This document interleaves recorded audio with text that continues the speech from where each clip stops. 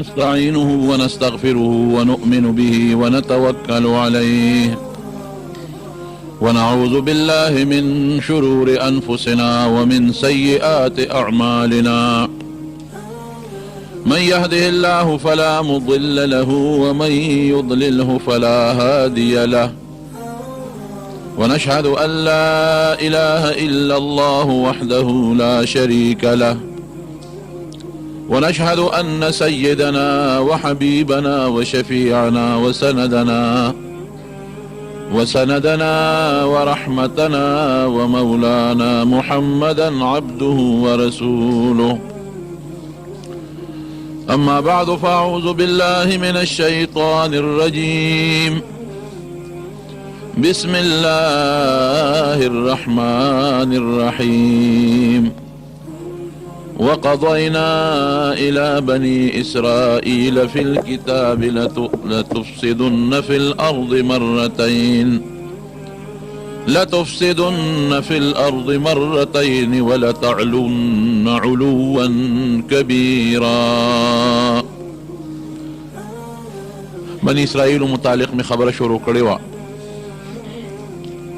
چې هغوی په دنیا کې کومې خباثتونه ښکاره کړي دي او د پیغمبرانو سره کوم ظلمونه کړي دي او رب العالمین د هغې سزا وله دنیا کې ورکړې ده. د هغې مې یو څو جملې درته بیان کړې نن هم درته یو څو خبرې د دوی متعلق کوم. قرآن شریف کې رب العالمین فرمایي وی موږ د بني اسرائیلو په حق کې دا فیصله کړې ده او دا فیصله م ورته ورولې ده په دې دوی پوه کړي دي د خپل کتاب په ذریعه چې لتفسدن فی الارض مرتين چې تاسو به غټ غټ رواني چې کوئ په ځمکه کې نو ابه تاسو دوه ځله کوئ واړه واړه رواني خو به کوئ واړه واړه نقصانات او بغاوتونه او فسادونه خو به م ډېري حکم چې غټ غټ هغه فسادونه دي چې په هغې الله تاسو له مضبوط او سنګینه سزا به درکوي ابه دوی لتفسدن فی الارض مرتين ولتعلن علوا کبیرا دو فساده به کوئ او لتعلن علوا کبیرا تاسو به سرکشي او بغاوت کوئ او خطرناک بغاوت او سرکشي به کوئ د الله او د رسول په حق کې. زمارونو د دوی سرکشۍ د هر پیغمبر سره تیری شوي دي یوازې زموږ د نبي علیه السلام سره نه. بني اسرائیل دا اوس چې یهود ورته وایي هر پیغمبر سره سرکشۍ. تیره جمعه د موسی علیه السلام متعلق مې درته ویلو چې په هغې څومره خطرناک الزامونه لګولي. د موسی علیه السلام د تره زوی دی قارون یې نوم دی. حضرت ابن عباس رضی الله عنه فرمایي تفسیر قرطبی لیکلی دی چې حضرت ابن عباس رضی الله عنه فرمایي چې دی د موسی علیه السلام سکه د تره زوی دا قارون یوه. دویم دی د تورات حافظم تورات ورته یادو او دریم د تورات عالمم علم د تورات هم ورسره و دې قارون سره. او کوم اویا کسان چې حضرت موسی علیه السلام د الله د ملاقات دپاره غوره کړي چې کوه تور ته ځو چې ستاسو الله سره ملاقات وشي هغې اویو کې دیم شامل و. هغې اویو کسانو سره الله خبرې م وکړې دا خبرې م راغلي دي حافظ د تورات هغې اویو کسو کې منتخب د حضرت موسی علیه السلام سکه د تره زوی او هغې کوه تور کې د الله خبرې مو سره شوي دي خو منافق و. مال یې ډېر زیات و دومره مال یې چې تفسیر روح المانی کې یو لوی عالم دی عطا ابن ابي رباح هغه وی د یوسف علیه السلام یو خزانه و چې هغه په ځمکه کې خښه کړې و هغه د له په لاس راغلی و ډېر زیات مالدار و. قرآن حکیم کې الله تعالی فرمایي دومره مال یو موږ دومره مال ورکړی چې د هغه مال چابیانې چې دي ما ان مفاتحه لتنوء بالعصبة اولي القوه چې یو لویه ډله چې هغه به د مضبوط طاقت خاوندان و چابیانې به هغوی ګرځولې. نو تاسو اندازه ولګوئ چې چابیانې دومره دي چې یو کس یې نشي ګرځولی دوی نشي ګرځولی درې نشي ګرځولی یو لویه ډله هغه چابیانې ګرځوي او چې کومه ډله هغه چابیانې ګرځوي نو هغه هم د ښه مضبوط طاقت خاوندان دي، نو چې جرندې به څونه وي. او جرندې بیا چې څومره به وي نو اندازه ولګوي چې یو جرنده به یو کوټې ته او یو محل ته والي کېدله چې هغه محلونه او کوټې به څومره وي او په هغې کې به مال او دولت څومره و. ډېر مالدار و. په لاره چې به روانو اعلا قیمتي جامې به یې چولې وې، قیمتي او اعلا قسم لباس به و د ریخمو په عجیبه انداز به روانو، نوکران به ترې مخکې رستو نو خلک به ورته پس خېدل. یا لیتنا اوتی مثل ما اوتی قارون، افسوس چې داسې مال زمونږ هم وي لکه د دې قارون چې دی.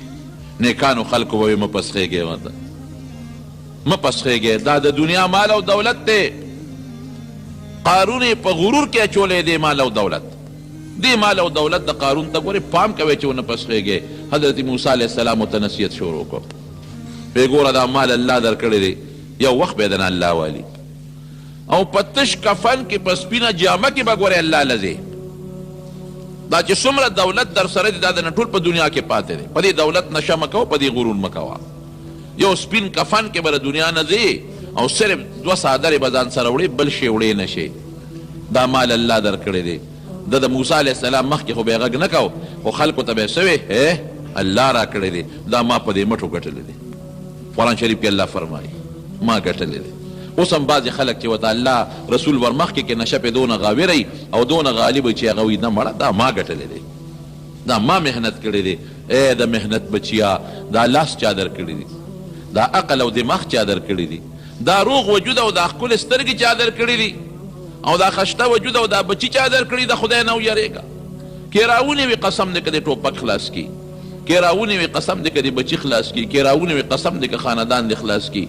نو دا خلک به ورته لګي او نصیحت به کوه، ده به دا ما په خپلو مټو ګټلی دی، دا ما ګټلی دی.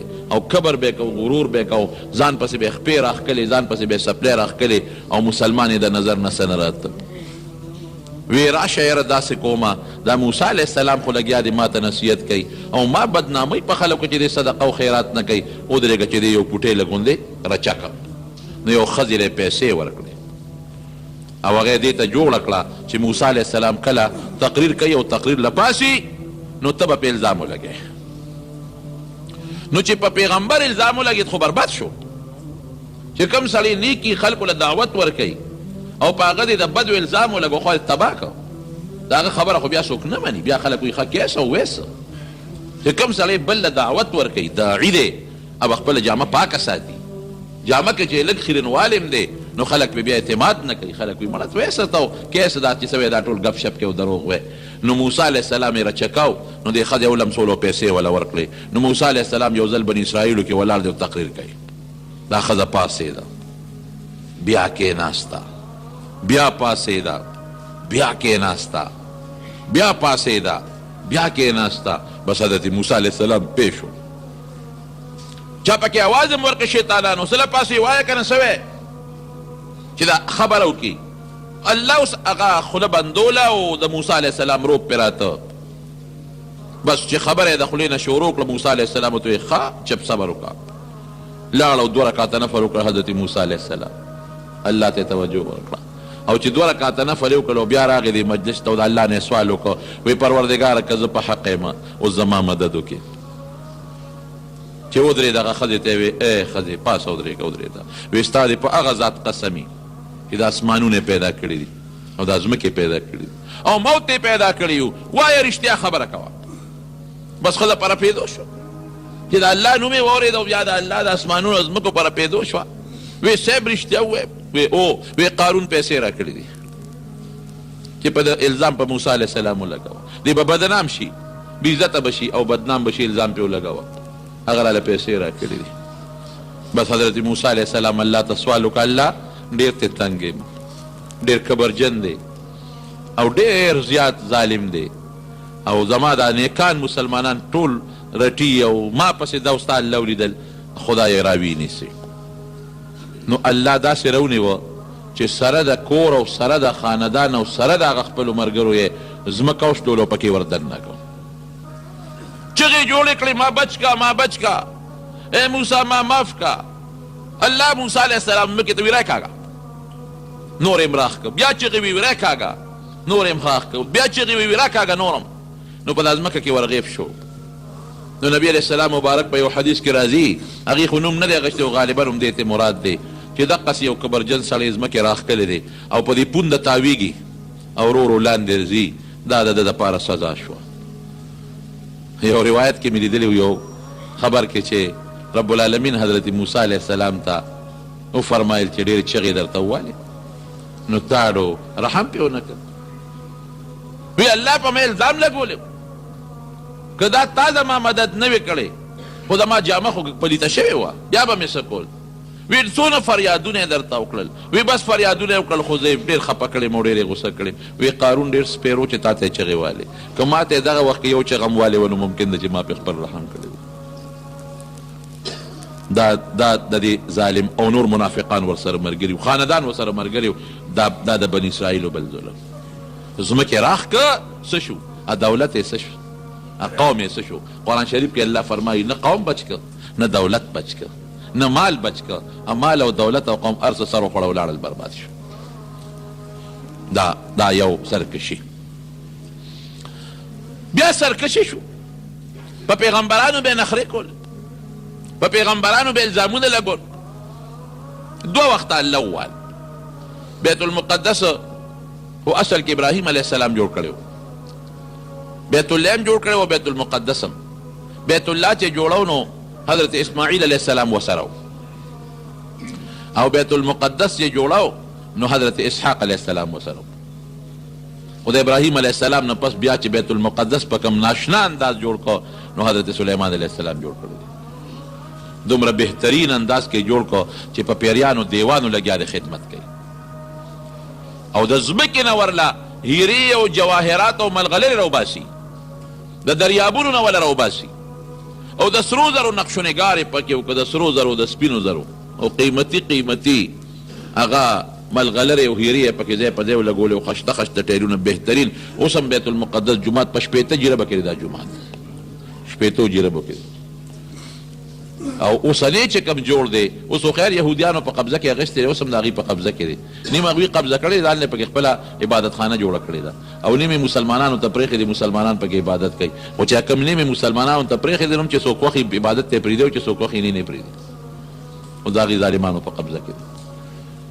اوس یې وایي داسې ټایلونه پکې لګولي دي په بیت المقدس په جومات کې، داسې ټایل لګېدلي دي. دوی لګیا دي کوشش کوي چې روانې کړي خو لا فلحال یې پیوسته نه برابر شوې چې په هغه ټایلونو کې د سلطان صلاح الدین ایوبي عکس ښکاري. وایي چې مخامخ ورته ودرېږې نو تا ته به څه نه ښکاري، خو چې ښي طرف ته شي نو د هغه عکس به راته ښکاري، او چې ګس طرف ته شي نو بیا به د هغه عکس ته ښکاري. او چې کوم وي محراب دی، محراب وایي د لرګي نه جوړ دی محراب او د یو لرګي نه جوړ دی، پکې ټانکه نشته او نه پکې پیوند شته، داسې محراب دی د بیت المقدس د جومات. او ډېر لوی یو وخت کې زمونږ قبله هم ونو نبی علیه السلام مبارک سره پاسه 14 میاشتې بیت المقدس طرف ته مونځ کړی دی. بیا دا قبله منسوخه شوه او بیت الله طرف ته حکم راغی فولي وجهک شطر المسجد الحرام، چې بس فولوا وجوهکم شطره. نبی علیه السلام ته صحابو ته حکم وشو چې تاسو بیت الله ته مخ راوړئ. او د مونځ هم ډېر لوی فضیلت دی، ډېر لوی برکت دی پکې. بهر کیف سلیمان علیه السلام جوړ کو یو ناشنا جومات یې جوړ کو، بني اسرائیل دا یهودیان به پکې خپل مونځ عبادت به پکې کو، نافرمانی یې جوړه کړه. یو نافرمانی نه ډېرې زیات دی.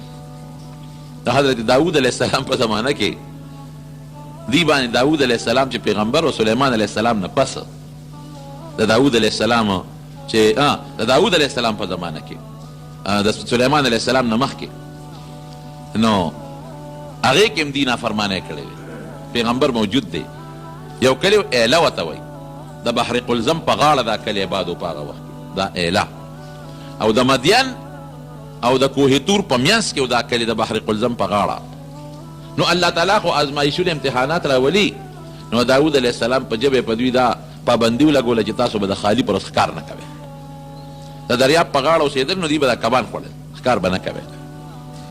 نو به دوی ډېره ښه نو الله په امتحان راوست د خالي پر ورځ بیا کبان زیاتو، په نور ورځو به کم او د خالي پر ورځ به دونه کبان و چې په دریاب په اوبو د پاسه به داسې چپې یې والې او منډې به یې والې.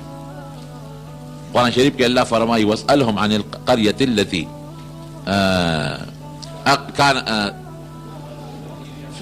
څنګه دی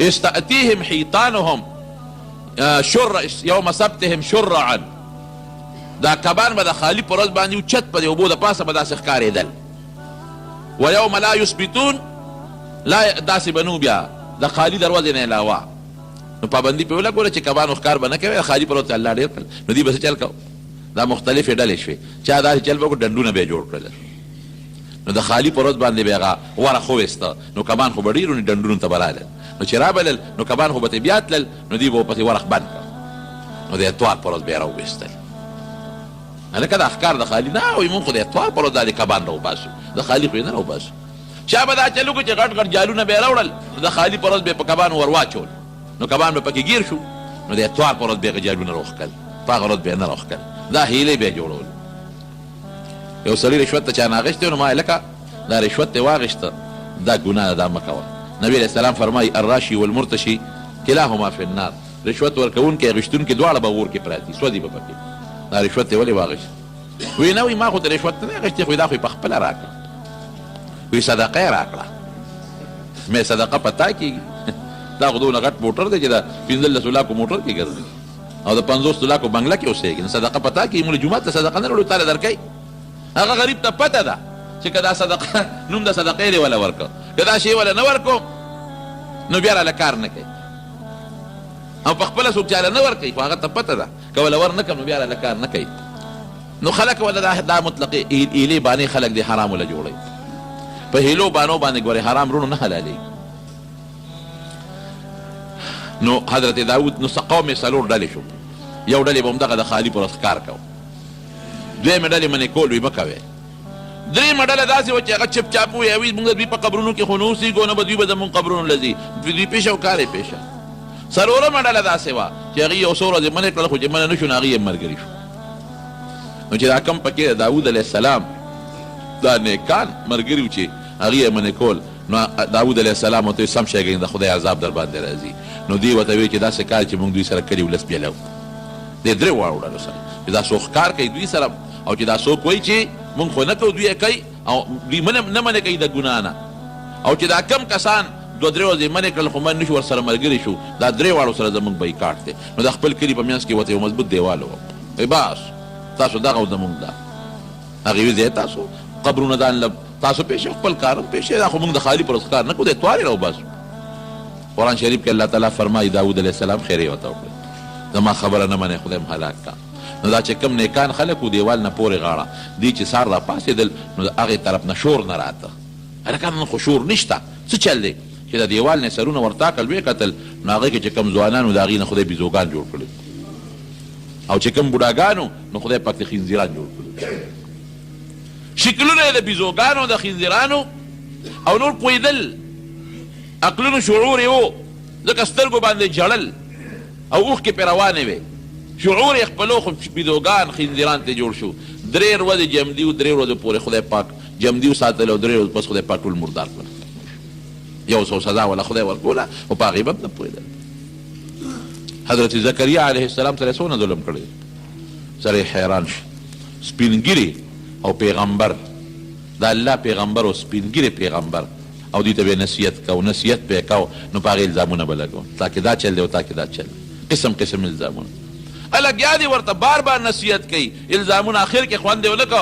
ټول ورپسې را پاسېدل او ورپسې تورې یو چړې را واغېستې ودرېږه چې برابر د کو زکریا علیه السلام ته غریب روان شو دی ورپسې فیصله یې ده وکړه د بادشاه په مخ کې فیصله ده وکړه چې دا زکریا علیه السلام پرېږدونه او دی وجنو په دې فیصله وکړه هته غریب په منډه تښتي یو اونه ورته وچوده حضرت زکریا علیه السلام ته دا د هغه یو معجزه وه دله کې دا سوچ وکړو چې دا اونه خو ماته وچوده غالبا چې دا ما له پناه راکوي نو هغه اونې دې میانځ ته دې ډډ ته ورننوت نو چې ورننوت هغه اونه پې بیا واپس راغله پکې خدای پاک محفوظ کړ په هغه اونه کې دننه شیطان دوی ته وایي وی راشئ په دې اونه کې دننه وی اونې ته سینګ ننوت وی نه ډډه ونه ده او دته په میانځ لیدلې ده او پکې ورننوتی دی وی نه دا موږ نه منو سورې پکې نشته او سینګ ورننوت نو را دنه څه پلیس کې بار پاتې شوي وی دی وګوره دی نښې وی ښه داسې چل ورسره کوو په دا اونه کې دننه وجنو نو اونه یې اره کړه حضرت زکریا علیه السلام یې په هغې کې شهید کړه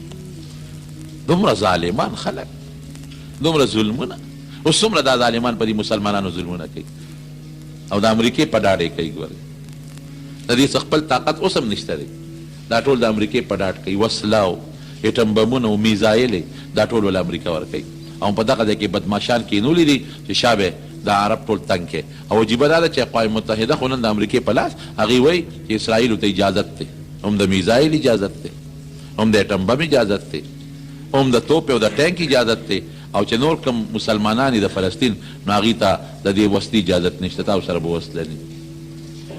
دا څومره ظلم دی چې یو خوا دی یو کس ورته وتړه سپي ته او بس پیلې پې ور پرېښوده او بیا وایي چې هغه کم تړلی دی هغه غریب لاس پرېښودی او هغه ځان بچ کوي، نو هغه ظالم دی او سپی ظالم نه شو. دا فلسطینیان وایي دا دهشتګرد دي چې څوک په ټوپکو پې غزارونه کوي او په جزونو پې بمبارۍ کوي او په توپو او په میزایلو وله کورونه روان کړل او دروازې روازې په سوونو تې وجنې، نو هغه ظالم دهشتګرد نه شو. او چې هغه کوم غریبانان خپل ځان بچ کوي او د خپل ځان دفاع کوي دا دهشتګرد شو. نه پوهېږو په دې منطق. خدای د امریکا او د هغه د ملګري په خپل قهر تباه او برباد کړي، د مسلمانانو په سرونه هر ځای کې اور بل کړي ظالمان. نو بهر کیف هغه خبره مې دې پورې کوله چې زکریا علیه السلام غریبي په دغه شي. حضرت یحیی علیه السلام، یحیی علیه السلام په کومه طریقه شهید کړ؟ یو بادشاه هیرودیس د هغه رویره وه، هغه رویره ښکلې وه، نو دې بادشاه هغه خپله رویرۍ سره به ګناه کوله او اخره کې پې نکاح وتړله. حضرت عیسی علیه السلام په دغه زمانه کې هغه ورته وي حضرت یحیی علیه السلام وي دا خو ګناه ده، ګناه به نه کوې. هغه وی نه دا ګناه نه ده، دا د ما خپله رویره ده چې بل چاله یې ورکوم بس ماله مناسبه ده. او حضرت یحیی علیه السلام اعلان وکړ په ټول قوم کې کلي کې چې دا بادشاه ظلم کوي، دا ګناه کوي، رویرې سره نکاح نه کېږي، رویره خو د لور په اولاد په ځای ده او دا ناروا دي، دا ګناه ده، دا ګناه ده، دا ګناه ده. او د دې جینۍ مور هم په دې رضا وه چې زما دا لور د خپل تره سره یي، د هغه بادشاه دی، د موږ هم پکې مزې وي.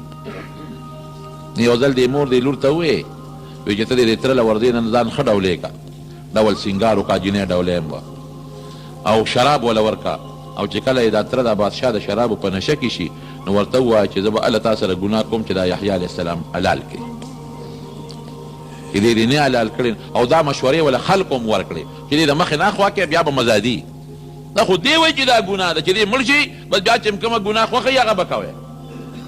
اوس هم خلک داسې کوي چې د نکاح نه کوي د مخې نه خوا که بس بیا چې څه خوښوي بیا به کوي. جینۍ چې ډول سینګار خپل وکړ ورله او په شراب یې پیوس کړ، وایي نه هله به ما له ګوتې راوړی چې یحیی علیه السلام سر را الله ول راوړي او به دې مړ که چاړو قصه خلاصه شي. دا خو دې وایي ګناه ده او ګناه ده او ګناه ده او جنت دی او دوزخ دی او خیرت دی. بس پولیس والی او خلکو هم وایي صاحب ټیک راته وایي، پولیس والی ورپسې ورولېږل چې ور ویې لېږل حضرت یحیی علیه السلام د خدای پیغمبر، هغه یې راوپرځو حلالې کړ، سر یې ترې پرې کړ.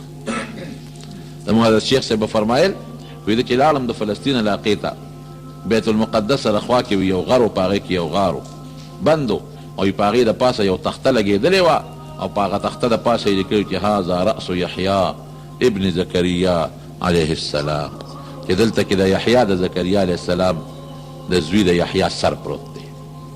نو چې حلال یې کړې نو وینه ترې روانه شوه، نو وینه کوم ځای وچېدله روانه د وینه بیږي بیږي بیږي. نو پروردګار د بل علاقې یو مسلمان بادشاه خبر شو چې د هیرودیس بادشاه ظالم خدا چل وکړ، هغه پې حمله وکړه، حالانکې کمزور په طاقت په ده حمله وکړه، بس خدای وله برې ورکړه. هغه هیرودیس بادشاه د هغه هغه رویره د هغه د خاندان هغه چې څومره خلک وو هغه یې ټول مردار کړل او دومره لوی فساد یې پکې وکړه، فساد خو نه یو جهاد یې وکړه چې هغه خلک چې د یحیی علیه السلام په مرګ کې شریک وو او یا زره کسان یې په یو ورځ مردار کړل، چې او یا زره کسان یې مړ کړل نو د یحیی علیه السلام د سر وینه خاموش شو، کوټ کېدل یې بند شو. وخت په وخت دې ظالمانو ظلمونه کړي. بهر کیف نو بیت المقدس سلیمان علیه السلام جوړ کړی چې دوی دا ظلمونه کول، دا وخت په وخت زیاتي ظلمونه یې کول. یو بادشاه بخت نصر هغه د عراق د بابل د علاقې مشر او مجوسي و، د اور عبادت یې کوو، هغه پې حمله وکړه په دې بني اسرائیل. حضرت حذیفه رضی الله عنه فرمایي دا د هغه حدیث دی، وایي ما د نبي علیه السلام نه تپوس وکړو چې چې قرآن شریف کې الله تعالی فرمایي چې دوی به دوه فساده کوي او زه به ورله د هغې سزا ورکوم. نو دا کم دي؟ نو دا وی نبي علیه السلام راته دا قصه وکړه. نو هغه بخت نصر د بابل بادشاه مجوسی بادشاه په حمله وکړه. نو چې راغی نو بیت المقدس یې ټوټې ټوټې کړ. د سلیمان علیه السلام د لاس بیت المقدس چې پیریانو دیوانو پکې په کلونو خدمت کړی دی او دونه په مینه جوړ کړی چې سلیمان علیه السلام کله جوړو د مرګ ټیم یې پوره شو. فرشته وله راله وي ستا ټیم پوره دی. وایي دا خو که زه مړ شوم نو دا بیت المقدس خو نیمګړی پاتې کېږي. دا پیریانو دیوانو نه خدمت به څوک کوي؟ که دې ته پته ولګی چې سلیمان علیه السلام مړ دی بیا خو دې دا خدمت نه کوي. وایي مونږ د هغې بندوبست الله وایي مونږ کړی دی. ته دا مهرباني وکړه چې ته په دا ځای کې د اعتکاف نیت وکړه ورننه وځه او دې خلکو ته ووایه چې بس ما پسې به څوک هم دې کوټې ته نه راځي. زما د رزق بندوبست به الله کوي. او په دې کورسۍ باندې کښېنه او بس دې ته ګوره مخامخ دې به کار کوي. مونږ به د نسو باسو نو هغه کونټۍ دې زنې ته ولګول او دغسې ناست دی په هغه خلوت خانه کې او مرګ فرشته راله سیت یې وویسته او پیریان لګیا دي خپل خدمت کوي. راځي هغه کوټه کې سوړه کې ګوري هغې ته وایي هلکه سلیمان علیه السلام خو په عبادت ته بس ناست دی او زنې ته یې ساړمه کړې ده او عبادت کوي. ګورې لګیا دي ډبل خدمتونه کېږي. هغې خو جمدی دی پته ورته نه ده لګېدلې. هلکه راونه وه ډېره مو ته وګوره سوړه کې بیا ګور نه مقصې په عبادت دی او زنې ته یې کونټۍ اړمه کړې ده. 6 میاشتې پس وینو لاندې نه کونټۍ وواله. نو سلیمان علیه السلام را پرېوته. پیریانو ته پته ولګېده خو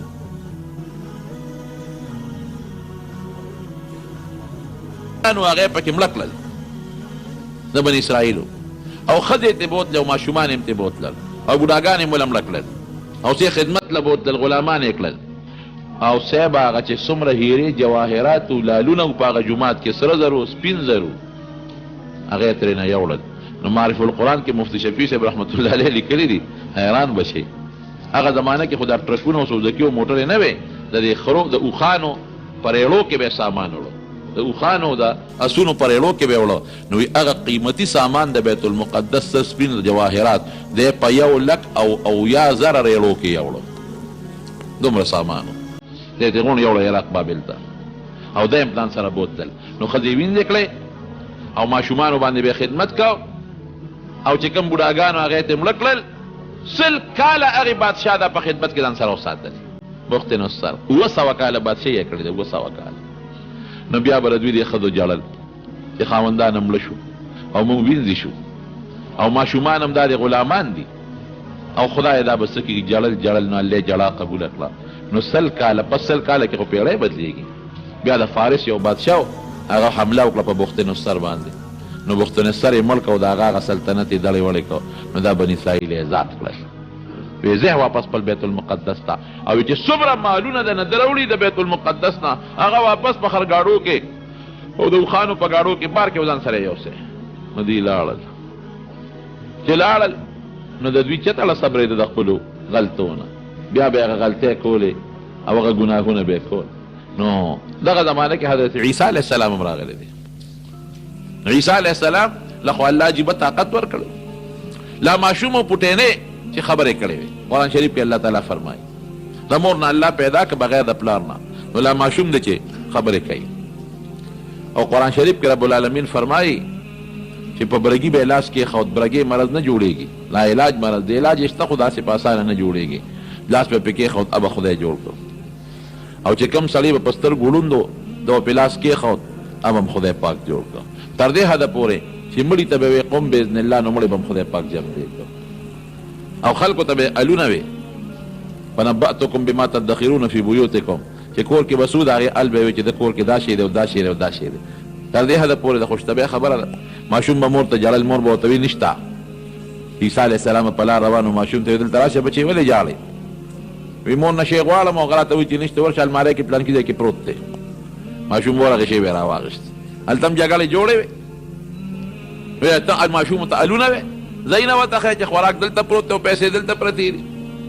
لویه چرچه وه د حضرت عیسی علیه السلام مشهوره شوه چې دا وګوره بغیر د پلار نه پیدا دی صرف د مور نه او دا دې داسې دمونه چې یو خلک جوړېږي ړوند هم جوړېږي او برګې هم جوړېږي او مړي هم جمدې کېږي د چرچه.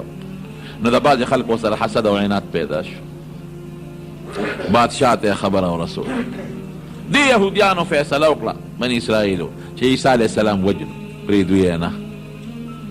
حضرت عیسی علیه السلام او یوې مور او د عیسی علیه السلام خپل کورم نو هغه عجیبه ژوند تېر کړی دی. داسې ژوند یې تېر کړی دی چې نه یې کور شته نه یې بیبي شته ښځه شته، یوې مور ده او یو دی دی او نه د دغه ژوند یې تېر کړی دی د دولت او د پیسو نه. بس دا په پیغمبرانو کې داسې پیغمبر و اسم ورسره نو، یو کوزه به یې ګرځول، یو به یې مسواک ګرځول او یو به یې ګومنځ ګرځوله او یو به یې پیالې ګرځوله. نو یو ځل چاته وکتل چې هغه په دریاب باندې ناست دی او په لپو لپو اوبه رالي او خولې ته اچوي. نو دې اړه کې وایي دې لوټې ته او دې کوزې ته پکې ضرورت نشته، د لوټې دا کار خو په دواړو لاسونو په لپم کېږي. نو هغه یې خواشغال کړه. نو یو ځل یې بل سړي ته وکتل چې هغه مخ ووینځه. نو عیسی علیه السلام ورته کتل. نو هغې سړي دا ګوتې راواخېستې او دې ږیره کې ورکولې، په دې خپلو ګوتې یې ږیره ګومنځوله. نو ګومنځ یې خوا وغورځوله. وی دا کار خو په لاس هم کېږي. بس یو مسواک به یو دی او یوې مور ګرځېدل. دا د هغه خپل یعنې په شریعت کې که یو سړی پیسه جمع کوي یا یو سړی ځان له کور جوړوي زمونږ په شریعت کې، یا یو سړی ځان له ځمکه جایداد تجارت کوي، نو منع نه دي. دا جایز دي چې د بل د سوال نه او د بل د محتاجۍ نه پې بچې او د نیکۍ کارونه پکې کوي. نو دې بادشاه او یهودیانو ورته سازش او سکیم جوړ کړو چې عیسی علیه السلام وجنه. هغه ته خو پته و چې زکریا علیه السلام یې زمانه مخکې هره کړې دی او د یحیی علیه السلام نه سر پرې کړی دی. نو د ده خاص ملګري حواریین به یې ورته وي، هغې سره په یو ځای کې دی ناست و. نو یو سړي پې سیډې وکړه، بادشاه ورپسې ګرځېده سره د پولیس والا او د فوجه. نو یو جاسوس پې سیډې وکړه چې پلانکي کور کې دی. نو دوی ورته ویې داسې وکړه چې ته مخکې ورننوځه، نو چې ته په کومه کوټه ورننوځې نو موږ ته پته ولګي چې عیسی علیه السلام په دې کوټه کې دی، نو موږ به درپسې درننوځو. ویې ډېره ښه ده. نو جاسوس په هغه کوټه ورننوت. نو چې ورننوت نو عیسی علیه السلام ته خپلو ملګرو ویې صاحب دا جاسوس دی، دا د ګوره راغی او فوج او پولیس ورپسې دی. نو عیسی علیه السلام الله ته درخواست وکړو. نو خدای پاک اسمان ته جمدی جاړو چت کړه، چت وشلېده او عیسی علیه السلام خدای پاک اسمان ته وخېږه. دا زه نه ویم، ګورې قرآن شریف وایي الله تعالی فرمایي وما قتلوه وما صلبوه ولكن شبه لهم. او الله بل دې فرمایي بل رفعه الله الیه، الله بر اسمان ته وخېږه. او چې کوم جاسوس ورننوت هغه باندې خدای د عیسی علیه السلام شکل جوړ کړ، شکل یې بدل شو د عیسی علیه السلام شو. چې دا پوجان او پولیس والا وردن نه شو، حق ته یې کلک راونیوه. وی راځه، وی زه خو ستاسو ملګری یم. هغه جاسوس وی نه ته عیسی یې، وی زه نه یم عیسی. چغې والې والې والې نیمه نیمه. هغې وی نه څنګه نه دې شکل ته دې وګوره، مخ ته دې وګوره. هغې اوچت کړ او دې غریب چغې وی او په سولی یې کړ. سولی دا صلیبي نشان دا د عیسایانو اوس هم نښه ده. داسې یو لرګی به یې ودرو او د لرګي په سر به یو بل لرګي داسې پلن ټک و. نو چې چا له به سزا ورکوله نو په هغه لرګي به اوچت کړ. دا دواړه لاسونه به یې وله په لرګي خواره کړل، په دې لاسونه به یې وله میخونه ټک وال او په سینه او په خپو به یې وله میخونه ټک وال. نو هغه په سولی کړ او هغه چغې والې زه نیمه نیمه زه عیسی نیم. بیا وروسته قرآن شریف کې الله فرمایي ولکن شبه لهم. دوی په شک کې پرېوتل اوهو که دا عیسی نو زمونږ ملګری څه شو، او که دا ملګری زمونږ نو عیسی علیه السلام څه شو. شکونه پرېوتل. هلکه خپې خو یم د عیسی علیه السلام په شان نه دي، قد و قامت هم د هغه په شان نه دي، صرف مخ یې د هغه په شان تېرې. نو په شکونو کې پرېوتل. نو چا او مقسې وې یاره بس چې ته مونږ نه الله غیب کړی دی، او چا وې نه مړ شو. او بیا د خپلو ملګرو د حواریینو هغې پټ کړی دی چېرته وتښتولی دی. دا شکونه یې پړه کې ور واچول. خو خیر د عیسایانو نظریه خپله دا ده چې عیسی علیه السلام مونږ وجلی دی او دوی وایي دا د خدای زوی دی، مسیح ابن الله ورته وایي. بیا خپل پلار جمدی کړی دی او بری عرش ته خېجولی دی، وایي خپل پلار سره په عرش ناست دی. العیاذ بالله. او زمونږ عقیده دا ده چې نه دی جمدی جاړ خدای اوچت کړی دی اسمان. ملګرو نن خو باران هم دی، ملګري هم کم یې، خو کوشش وکړئ د مونږ د جومات کې چې څه تعاون کولی شئ نو وکړئ. ښه مونږ پرون لنټر واچو او تقریبا 1.5 لک روپۍ مو د بل نه قرض کړي دي وله. څه خو خلکو هم څه مدد را سره بعضې دوستانو وکړو او ما خو هغه ته ویلي و فیاض احمد ته مې ابتکار شروع کړه، الله به خیر کړي. نو ډېره لویه خرچه، ما دا خیال نو چې دومره خرچه به پرې راځي، ډېره لویه خرچه پرې راغله. بلا پیسې پې ولګېدې، تقریبا څه کم 300 بوغۍ پې سیمټ ولګېدل او څه 100 زره کم دي که څه 3 لکه روپۍ پسې خو لګېدې او نور هم پې بلا پیسې ولګېدل، لږ هم پې کار پکې دی. نو مې اوس یې نیمګړو نشي پرېښودی چا نه مې ولې 1.5 لک روپۍ قرض کړې، ډېرې مې قرض کړې وو خو څه مې ورکړې او څه پاتې دي. نو تاسو چې څه وس کېږي لږ تعاون هم پکې وکړئ، خپلو دوستانو ته مو ووایه، یا زنانه ښي په دې خیر ښېګړه کې زنانه لږې تکړی نو لږ دغه وکړئ، مدد پکې وکړئ. دا د خدای کور دی او پکې به مونځ هم کېږي، د مانځه نه علاوه پکې انشاءالله د قرآن شریف درس هم وي، هم ستاسو د ماشومانو د بچو د حفظ او د ناظرې نو مدد پکې وکړئ. الله مبخل. نو نبی علیہ السلام فرمایي چې عیسی علیہ السلام په اسمان کې دی، جمدې دی، ښه دا زمونږ عقیده نه. او د قیامت نه مخکې به راکوزیږي او حدیث پاک کې راځي وی د دوو فرشتو په اوږو به یې لاس اچولي، یو لاس به یې په یوه فرشته اچولي او بل لاس به یې په بله فرشته اچولي، او په دمشق یو مناره ده، په هغه مناره باندې به راکوز شي، او چې څنګه راکوز شي نو زمونږ د پیغمبر علیه السلام په شریعت به لګی دی، به خپل عمل کوي. ګوره د نبی علیه السلام په شریعت، او واده به هم کوي د نبی علیه السلام په امت کې، او عمل به په قرآن باندې کوي.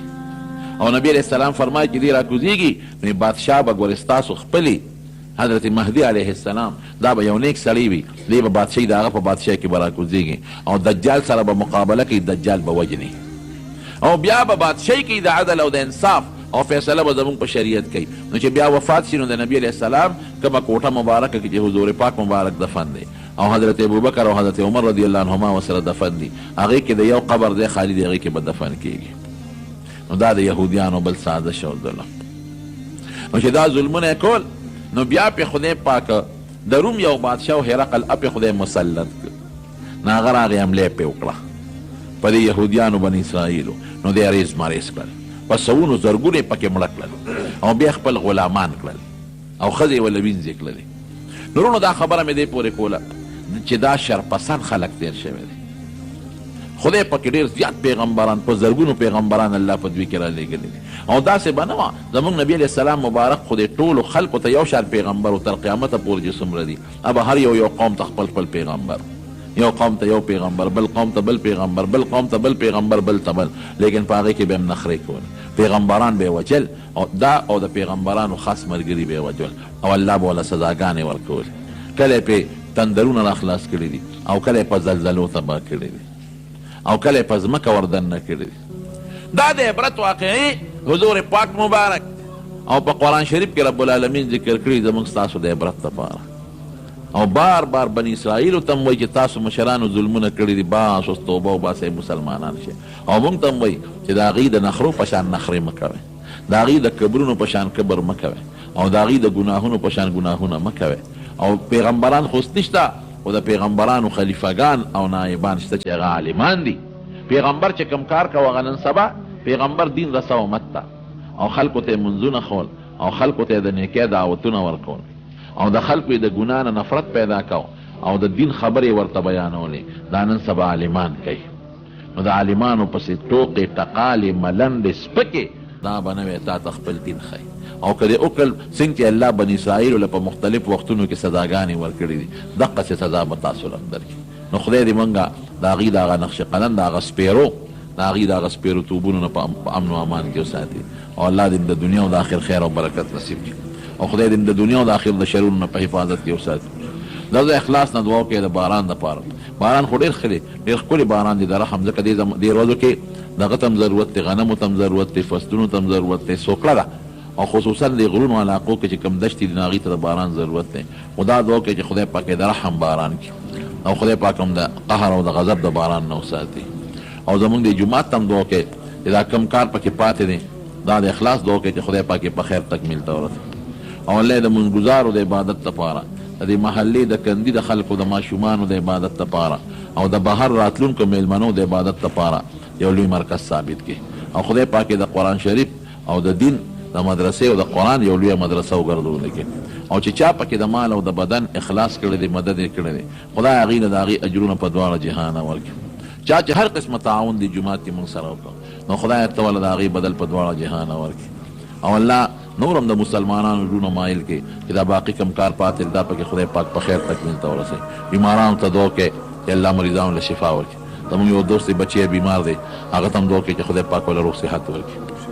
او غریب شاه استاد پرون وفات شوی دی، خو ته بالکل خبر نه شوم، نه مې اعلان واورېد او نه راته چا داسې ټایم کې خبر شوم چې 2-3 منټه پاتې وو، بیا جنازې له نه شو رسېدی. دعا ورته وکړئ چې الله مغفرت نصیب کړي. دا خاري لالا ټبر بیمار دی هغوی ته هم دعا وکړئ چې الله وله شفا ورکړي. څومره مریضان دي خدای ټول له شفا ورکړي، او چې څوک قرضداران دي قرضونه اخلاص کړي، چې څوک په پریشانو کې مبتلا وي الله پریشانۍ والا په خیر او په خوشحاله بدله کړي. اخر وخت کې پخلی دا کلمه نصیب کړي چې لا اله الا الله محمد رسول الله. پاسه جنازې ته ودرېږي څنګه ده نو که پیزار پاکي که ده صفا پاک پیزاري نو داسې هم پکې جنازه کېږي چې سپلی یا بوټ پاکي لاندې پکې پلیتي نه نجاست پکې نه ګندګي پکې نه نو داسې پکې جنازه کېږي. او که د سپلی د پاسه څوک پیک دي نو هم څه بدیت یې نشته ودرېدی شي پې د پاسه.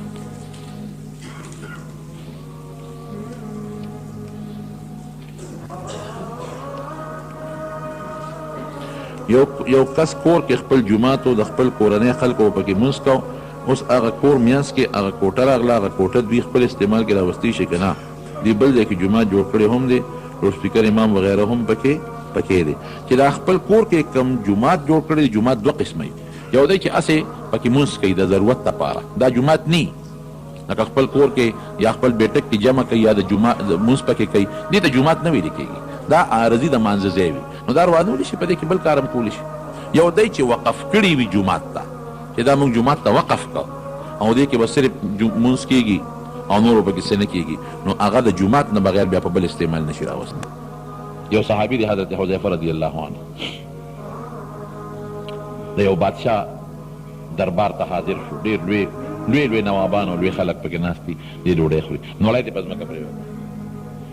چې نوړی ته په ځمکه پرېوته د دین مسله دا ده چې د نوړی په ځمکه پرېوځي نو راویله نو چې کم ځای خاورو سره جنګېدلی دی خاورې ته لرې که باقي وخوره کبر به نه کې. یو داسې نوړی وي چې هغې پاکېږي نه، په خاورو کې داسې لید پلید شي چې د هغې نه خاوره نه لرې کېږي نو خیر دی که هغه یو غاړې ته وغورځي. خو که نه داسې یو شي وي چې هغه په ځمکه پرېوته او هغه خوري ځای ته لر کولی چې لا ترې لر که باقي وخوره نو نوړی ته په ځمکه پرېوته نو ځای یې راوچته کړه، هغه خورین ځای ته لرې که او باقي خولې ته واچولې. یو ملګري ورته وایي صاحب دا دې څوک کړل؟ ولې؟ وایي دا خلک به در پورې خاندي چې د ډوډۍ د ځمکې نه راوچته کړه او خولې ته یې واچوله. او ورته څه وایي؟ اترک سنت رسول الله صلی الله علیه وسلم لهؤلاء الجهال، وایي دې جاهلانو دپاره د خپل پیغمبر سنت پرېږدم، ما د خپل ښکلي پیغمبر نه اورېدلی دی. حضور پاک فرمایي چې دا نه ډوډۍ په ځمکه پرېوځي نو چې کومه خاوره ګردو سره لګېدلې دی هغه ته یې وغورځوه او باقي خولې ته واچوه. دا د صحابه کرامو د پیغمبر علیه السلام په طریقه عمل. خدای ګواه دی سړی وګوري صحابو ته حیران شي، زنانه به کلاو مخ بار ګرځېدې، د حجاب او د پردې آیتونه نه نازل چې کله اعلان وشو قرن فی بیوتکن ولا تبرجن تبرج الجاهلیة الاولى چې ښځې به کور کینې او د جاهلیت د زمانې ډول سنګار سره به بال نه ګرځي، فورا ښځې کور کې کېناستې. مجال شته چې بیا خو دې څوک لوس مخ او کلاو مخ د کور نه بار راوتي. عایشه صدیقه فرمایي موږ به مانځله جومات ته تلو، جومات ته به مانځله تلو نو د سار مانځله هغه زمانه کې به زنانه تلې او جمع کې به شریکېدلې او شاته به ناستې وي. وایي د سار مانځله به تلو نو موږ به غټ پړوني په ځان رابار کړي، متلفعات، موږ داسې ښځې نسان موږ به مانځله تلو متلفعات بمروتهن او په غټو بورقو څادرونو کې هم ځان راغوښتي او چې مونځ به خلاص شو راتلو به نو موږ به داسې څادرونه په سر کړو چې ما یعرفن احد چې دا ښځې به چا پېژندلې نه دی، چا به نه پېژندلې چې دا څوک ده او څوک نه ده. سار مانځه نه چې به تلو نو غټ څادر چا پېژندونه، دا د صحابو بیا عمل. جومات ته یو دروازه و په هغې به زنانه هم راتلې او سړي به هم راتلل. باب النساء اوس هم هغه دروازه شته، د هغې په دی چې کومه دروازه ده اوس هم شته باب النساء ورته وایي. حضور پاک مبارک یو ځل اعلان وکړ، داسې حکم یې ونه کړ یاره وایي که دا دروازه صرف ښځو ته پرېښودلی شي نو ښه به نه چې ښځې پرې راځي او سړي پرې نه راځي. حضرت عبدالله فورا صحابه بند شو پر یو بیا نه راځي، فورا عبدالله ابن عمر تر مرګه پورې په هغه دروازه را دننه نه شو. دې ته عمل وایي.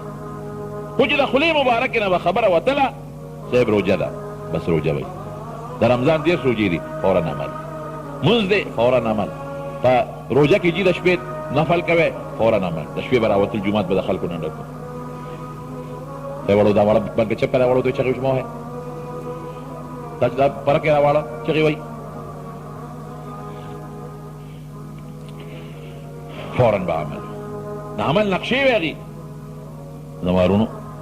یو ځل نبی کریم صلی الله علیه وسلم مبارک یو صحابي یو څادر په سر کړی نو موږ به داسې لباس سړی نه اغوندي چې هغه د ښځو سره مشابه وي. او داسې رنګ به پې نه پورې کوي چې هغه د ښځو سره مشابه رنګ وي. په هغه څادر داسې رنګ و چې هغه د ښځو د استعمال رنګ و. چا ورته لکه څادر دې څنګه په سر کړی دی؟ وی ولې؟ وی دې نه خو نبي علیه السلام منع کړې ده. وی ښه زر یې هغه څادر راواخېست او اور کې واچو وسوځو، فورا یې وسوځو. حالانکې سوځول نه پکار، ښځې را دې عمل به دې ته رسېده. یو ځل حضور پاک مبارک اعلان وکړ، وی د سرو زرو کالي ګوتې به سړي نه استعمالوي. سړو دپاره سرو زرو ګوتې چول دا ګناه ده. خو چې دی وفرمایل او نبي علیه السلام اعلان وکړ، نو صحابه کرام چې څومره د سرو زرو ګوتې جوړې او ویسې ویې عمل نو د پیغمبر علیه السلام مبارک سره د محبت او د مینې تقاضا دا ده چې موږ به د هغه تابعداري کوو، د هغه د سنتو عمل به کوو. او چې څوک د پیغمبر علیه السلام، قرآن شریف کې الله تعالی فرمایي وی په آخره د قیامت په میدان کې بعضې خلک یوم یعد الظالم علی یدیه، په دې لاسونو به چکونه لګوي. یوم یعد الظالم علی یدیه، چکونه په لاسونو لګوي. یا لیتنی اتخذت مع الرسول سبیلا، افسوس که ما د پیغمبر لار نیولې وه، چې د هغه ملګرتیا مې کړې وه. یا لیتنی لم اتخذ فلانا خلیلا، یاره که فلانکي سره مې دوستانه نه وې کړې او د هغې په مقابله کې مې د الله د رسول دوستانو سره دوستانه کړې وې، څه ښه به وه. په دې لاسونو به لګې چکونه به لګې چکونه. نو د حضور پاک سره د مینې او د محبت تقاضا دا لرو چې موږ به د نبي کریم صلی الله علیه وسلم د سنتو تابعداري کوو. ښه د هغې اخلاق ښه ښکلي ښکلي د حضور پاک هغسې اخلاق به ځان له جوړوي. د مشر قدر دا د هغې اخلاق دي. د کشر په سر د رحم لاس، د ګاونډي سره ښه سلوک کول، پردی مال نه غلا کول او نه پټول، دا د هغې اخلاق وو. ګډون او دوکې د دې نه یې منع کړې ده. دوکه به نه کوئ، ګډه به نه کوئ، زنانو ته به نه ګورئ. او ښځو دپاره خصوصي اخلاق چې تاسو په خپل کور کې د خپلو خاوندانو تابعداري کوئ، غیبت به نه کوئ او کولو مخ په بار نه ګرځئ. دا د حضور پاک خشته اخلاق دي. او ماشومانو ته وایي چې د مشرانو احترام به کوئ، دا خشته اخلاق. د جومات ادب به کوئ، د قرآن ادب به کوئ، د عالمانو نیکانو خلکو عزت او احترام به ساتئ. دې ته ښکلي خوی وایي. نو چې زمونږ د حضور پاک سره مینه د مینې تقاضا به دغه دی چې موږ به ښایسته ښکلي خوی ساتو د هغې په شان. شکل به د حضور پاک زمونږ خوښ یو هغسې شکل موږ ځان له جوړو. کردار به د حضور پاک زمونږ خوښ یي هغسې کردار به موږ ځان له جوړو. دا د نبي کریم صلی الله علیه وسلم د مینې تقاضا ده. ولکم فی رسول الله اسوة حسنة. قرآن شریف کې الله فرمایي چې تاسو دپاره ما نبي علیه السلام یو ښایسته ښکلې نمونه رالیږلې ده. بازار ته یو سړي ټوکړه یوسي، وایي دا نمونه ټوکړه راکړه. نمونه خلک وړي. نو که چېرته په هغې په بناوټ کې فرق وي، رنګ خو داسې دی جي، دا ستا دا رنګ خو داسې دی، خو دا زما کپړه ښه ده، د کراچۍ د کارخانې نه او ستا د پېښور د کلامې نه خو داسې ده که نه چې بناوټ کې فرق یې څوک یې نه او که اعلی جوړه څوک در کوي، خو یاره په رنګ کې فرق یې بیا هم نه قبلې. هغه به قبلې چې رنګ هم ستا د نمونې په شان دي او بناوټ هغه هم ستا د نمونې په شان دي. نو حضور پاک زمونږ دپاره الله نمونه رالیږلې. نو زمونږ عقیده، زمونږ عمل، زمونږ کردار، زمونږ اخلاق، زمونږ شکل، زمونږ جامه، دا به ټول د نبي کریم صلی الله علیه وسلم په شان دي. د اطیعوا الله و اطیعوا الرسول هم دقه مقصد دی. نو دا مې دې پورې درته ووایي چې د سیرت میاشت ده او د سیرت په میاشت کې د حضور پاک سیرت خلک بیانوي او هغې سره د مینې محبت بیانات خلک کوي. نو ما د مینې د محبت دوه څیزونه درته ذکر کړل، یو د حضور پاک مبارک احترام او یو د نبی کریم صلی الله علیه وسلم تابعداري.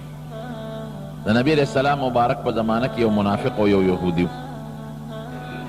د دواړو یو مسله وه، هغې کې اختلاف و، یو فیصله و، هغې نبی علیه السلام مبارک له راوړه.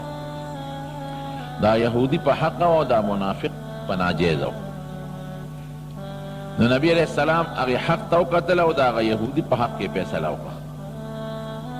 هغه یهودي په حق دی، هغه له فیصله ورکړه.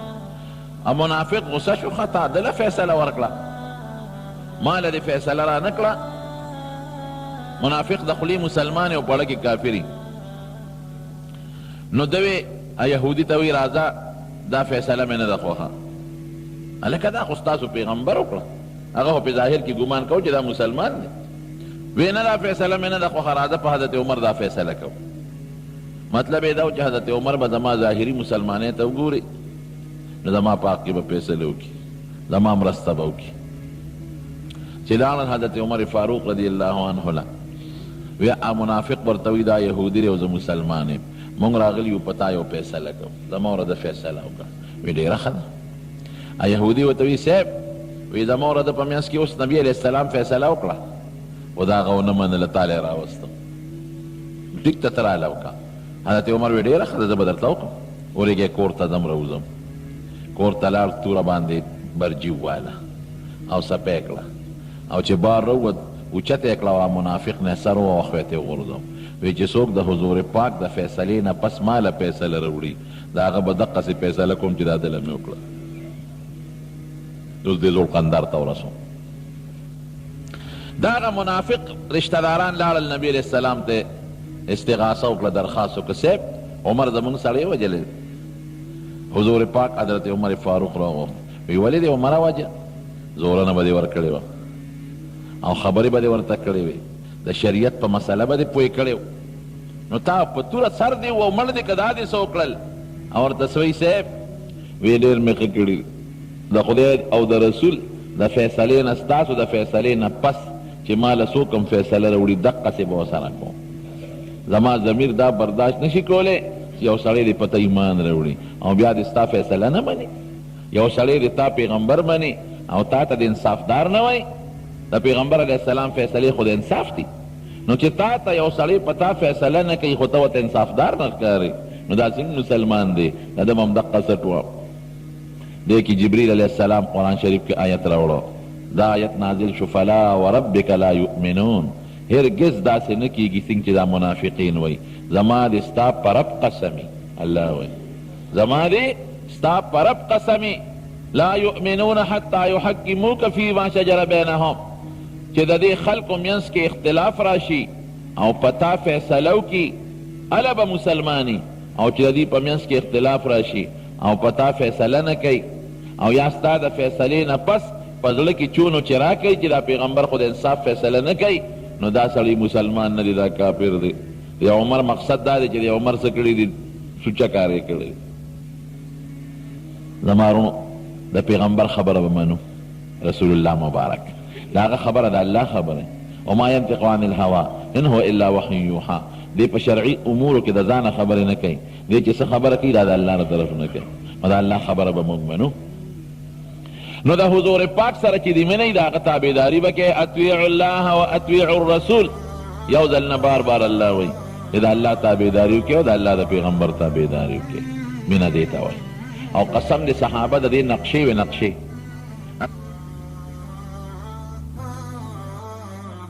السلام علیکم ورحمت الله وبرکاته. امید کوم دوستانو چې ویډیو مو خوښه شوې وي نو دې لپاره تاسو دا ویډیو لایک کړئ د خپلو ملګرو سره شیر کړئ او د چینل سره خامخا سبسکرایب کړئ او د بیل آیکن د سره هم پریس کړئ. جزاک الله.